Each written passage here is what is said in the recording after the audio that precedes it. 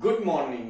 स्वागत है आपका कक्षा 10 सोशल साइंस यानी कि सामाजिक विज्ञान के सिविक्स पोर्शन के 7वें अध्याय में, जिसका शीर्षक है लोकतंत्र के परिणाम। लोकतंत्र के परिणाम का एक सेशन हम पहले कर चुके हैं, ये दूसरा सेशन है। हाँ, एक इंपॉर्टेंट सूचना, जिन स्टूडेंट्स ने हमारा चैनल सब्सक्राइब नहीं किया है वो चैनल को सब्सक्राइब कर लें और इसे अगर पसंद आता है तो इसे लाइक, शेयर और कमेंट भी कर दें। चलिए आइए देखते हैं लोकतंत्र के परिणाम, यानी कि लोकतांत्रिक व्यवस्था जो हमने अपना ली, जो हमारे यहां लागू हो गई। विश्व के लगभग 200 से के आसपास देशों में लोकतांत्रिक व्यवस्था लागू है। तो ये लोकतांत्रिक व्यवस्था के क्या परिणाम हुए, किन किन स्थितियों में जनता इसमें भागीदार बनी और जनता कितने हद तक इसमें भागीदार बनी और जनता को इसमें क्या क्या लाभ हुए, ये हम आज देख लेते हैं। सबसे पहले देख लेते हैं असमानता और गरीबी में कमी। यानी कि जो असमानता है, गरीब और अमीर में जो एक बहुत बड़ी खाई थी, वो बहुत बड़ी खाई पूरी तरीके से पाटी तो नहीं जा सकी। जो बड़े लोग हैं वो बहुत बड़े हैं, लेकिन फिर भी जो लोग गरीबी रेखा के नीचे थे वो बहुत सारे लोग उस गरीबी रेखा से पार हो गए, मध्यम वर्ग में आने लगे, निम्न मध्यम वर्ग में आने लगे और यही निम्न मध्यम वर्ग धीमे धीमे विकास करके उच्च मध्यम वर्ग में आने लगा। ऐसा विकास लगातार चल रहा है। यानी कि वोट की ताकत से, राजनीतिक लोकतंत्र की स्थापना से आर्थिक लोकतंत्र भी कहीं ना कहीं आ रहा है। जब राज्य का रूप कल्याणकारी राज्य का हो जाता है तो वो सारी परिस्थितियां मनुष्य को उपलब्ध करवाता है। व्यक्ति के जन्म से लेकर, व्यक्ति का जब जन्म होता है उससे पूर्व राज्य उसके समक्ष खड़ा हो जाता है और जब उसकी मृत्यु हो जाती है तो उसके पश्चात भी राज्य उसके साथ रहता है।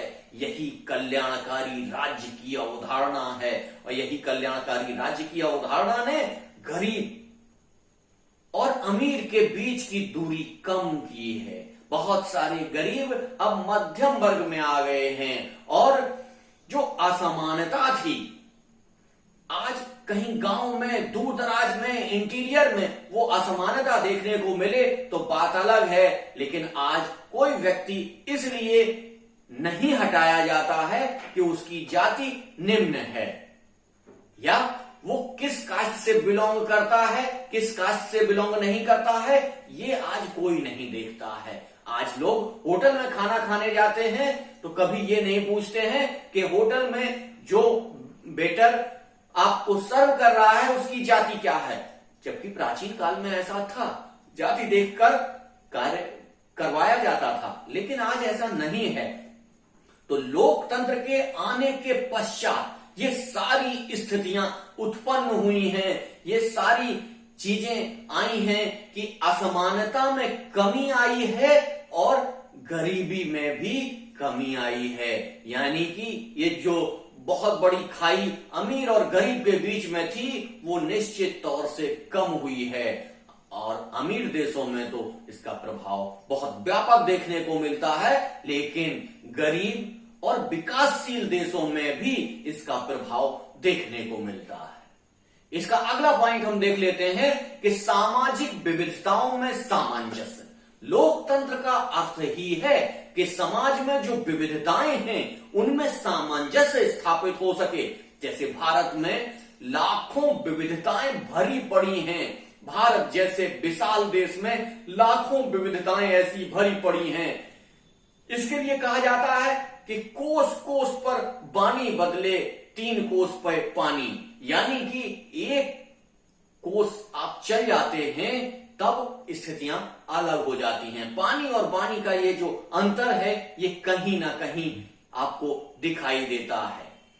इस स्थिति में यानी कि कभी अपनी भावना की अभिव्यक्ति कर रहा है कि एक समय एक जगह पर स्थितियां अलग होती हैं, वो पानी का स्वाद अलग होता है। जब आप आगे बढ़ जाते हैं तब पानी का स्वाद चेंज होता जाता है, भाषा का स्वाद चेंज, भाषा की प्रकृति चेंज हो जाती है, भाषा की मिठास चेंज हो जाती है। जैसे आप दिल्ली के साइड बढ़ेंगे तो भाषा खड़ी होती चली जाती है, वैसे ही यदि आप बिहार और मिथिला के साइड बढ़ेंगे तो भाषा बहुत मीठी होती चली जाती है। इस मिठास की, इस स्थिति की आप स्वयं से विवेचना कर सकते हैं, स्वयं इसका निरीक्षण कर सकते हैं। तो भारत जैसे देश में विविधताएं भरी पड़ी हैं, इन विविधताओं को एक दूसरे का सम्मान करना और एक दूसरे के साथ रहना, यही तो लोकतंत्र है। लोकतंत्र का अर्थ होता है प्रत्येक व्यक्ति को अपनी बात रखने का अधिकार होता है, प्रत्येक व्यक्ति को अपना विकास करने का अधिकार होता है, प्रत्येक व्यक्ति के पास अपने मौलिक अधिकार होते हैं, प्रत्येक व्यक्ति को अपना धर्म मानने का और अपनी पूजा पद्धति को स्वीकार करने का अधिकार होता है, प्रत्येक व्यक्ति को शिक्षा ग्रहण करने का अधिकार होता है। ये सारे के सारे मौलिक अधिकार और मानव अधिकार उसको प्राप्त होते हैं लोकतंत्र में। यही लोकतंत्र आपको दिखाता है कि लोकतंत्र में जो परिणाम हैं वो निश्चित तौर से सकारात्मक हैं और लोग आज लोकतंत्र रूपी शासन व्यवस्था को स्वीकार करके अपने व्यक्तित्व का विकास कर रहे हैं। इसमें अगर हम अगली कसौटी देखें तो सबसे महत्वपूर्ण है वो कसौटी, और वो कसौटी है नागरिकों की गरिमा और आजादी। यानी कि प्रत्येक व्यक्ति को ये आजादी होनी चाहिए कि वो गरिमापूर्ण जीवन जी सके। यानी कि कई बार प्राचीन भारत में ऐसी स्थितियां होती थी कि किन्हीं विशेष जातियों को गांव से दूर बसाया जाता था, उन्हें अपने साथ नहीं बिठाया जा सकता था, उनको दूर रखा जाता था, अंडरडॉग कल्चर था। लेकिन आज लोकतंत्र के आने के पश्चात वो सारी स्थितियां दूर हो गई हैं। अब आप देखिए, जैसे कई बार उदाहरण देख लीजिए कि पंडित जी जाते हैं और उनके अधिकारी किसी अन्य जाति से होते हैं तो पहले जाके वो आशीर्वाद लेते हैं और आशीर्वाद लेने के पश्चात वो कार्य प्रारंभ करते हैं। ऐसी स्थितियां बन गई हैं। पहले क्या होता था कि ब्राह्मण सर्वोपरि होता था और ब्राह्मण किसी के पैर नहीं छूता था।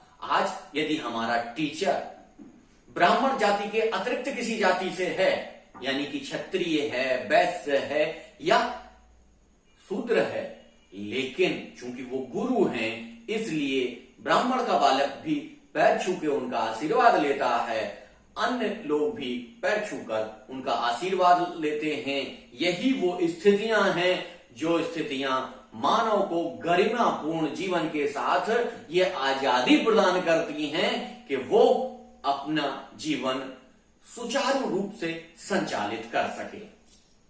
यहां पर हम एक चीज देख सकते हैं कि दक्षिण एशिया में एक सर्वे हुआ। सर्वे किसने किया? ऑक्सफोर्ड प्रेस के द्वारा एक सर्वे प्रकाशित किया गया। ऑक्सफोर्ड प्रेस के द्वारा एक सर्वे प्रकाशित किया गया। उस सर्वे में यह बताया गया कि हमारे वोट का असर जनता ने यह स्वीकार किया कि हमारे वोट का असर शासन पर कितना पड़ता है। वोट की वैल्यू जनता को स्वयं मालूम है, कितने लोगों को मालूम है, ये उन्होंने प्रकाशित किया। देख लेते हैं क्या उनकी स्थितियां रही। उन्होंने देखा कि दक्षिण एशिया में पूरे दक्षिण एशिया में 65% लोग ऐसे थे जो मान रहे थे कि उनके वोट का असर उनकी सरकार बनने पर पड़ता है। अब इसको दक्षिण एशिया, चूंकि एक हमने पूरे के पूरे क्षेत्र को देख लिया, अब हम यहां के देशों को समझ लेते हैं। और इसमें सबसे पहले बांग्लादेश में 66% लोग ऐसा मानते हैं कि उनके वोट का प्रभाव पड़ता है सरकार पर। सरकार उन्हीं के वोट से चलती है, सरकार उन्हीं के द्वारा निर्धारित होती है। इसी तरीके से भारत में 67% लोग ऐसा मानते हैं कि उनके वोट के पश्चात ही सरकार बनती है और उनके वोट का प्रभाव सरकार पर पड़ता है। नेपाल में ये परसेंटेज 75 है, नेपाल में ज्यादा लोग इसको समझते हैं, और पाकिस्तान में इसका परसेंटेज 50 है। 50% लोग मानते हैं कि उनके वोट के द्वारा जो सरकार बनती है उसका प्रभाव उनके ऊपर रहता है।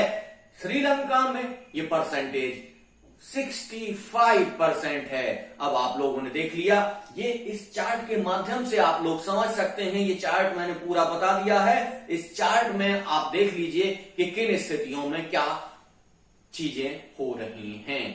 राजतंत्र में, अधिनायक तंत्र में, राजतंत्र क्या है? राजा का शासन। राजा के शासन में यदि व्यक्ति अपनी सारी चीजें नहीं बता पाया तो राजा के कर्मचारी उसका शोषण कर लेते थे।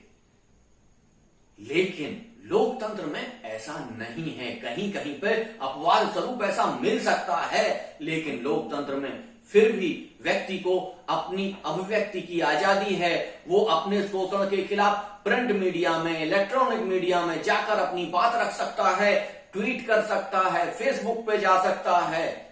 ऐसे बहुत सारे सोशल मीडिया के प्लेटफॉर्म आज उपलब्ध हैं, उनका प्रयोग करके वो अपनी बात उच्च से उच्च अधिकारियों तक पहुंचा सकता है, जिसमें तत्काल क्रिया प्रतिक्रिया के माध्यम से वो सारी समस्याएं दूर कर दी जाती हैं, वो समस्याएं दूर हो जाती हैं। तो लोकतंत्र ऐसी संकल्पना है, लोकतंत्र एक ऐसी शासन प्रणाली है जो कि गरीब और मजदूर वर्ग को ऊपर लाने में बहुत महत्वपूर्ण योगदान रखती है। गरीब मजदूर के साथ साथ ये उच्च वर्ग के लिए भी उतनी ही प्रभावपूर्ण है जितनी गरीब लोगों के साथ है। तो आज हम लोगों ने पढ़ा लोकतंत्र के परिणाम, कि लोकतंत्र ऐसी शासन व्यवस्था जो हम लोगों ने अपनाई है, वो शासन व्यवस्था किस तरीके से जनता पर प्रभाव छोड़ती है और कैसे ये आगे चलती है। अब आपके लिए एक महत्वपूर्ण सूचना कि जिन लोगों ने ये चैनल सब्सक्राइब नहीं किया है वो प्लीज इसको सब्सक्राइब कर लीजिए। आपको वीडियो पसंद आया है तो इसे लाइक, शेयर और कमेंट करिए।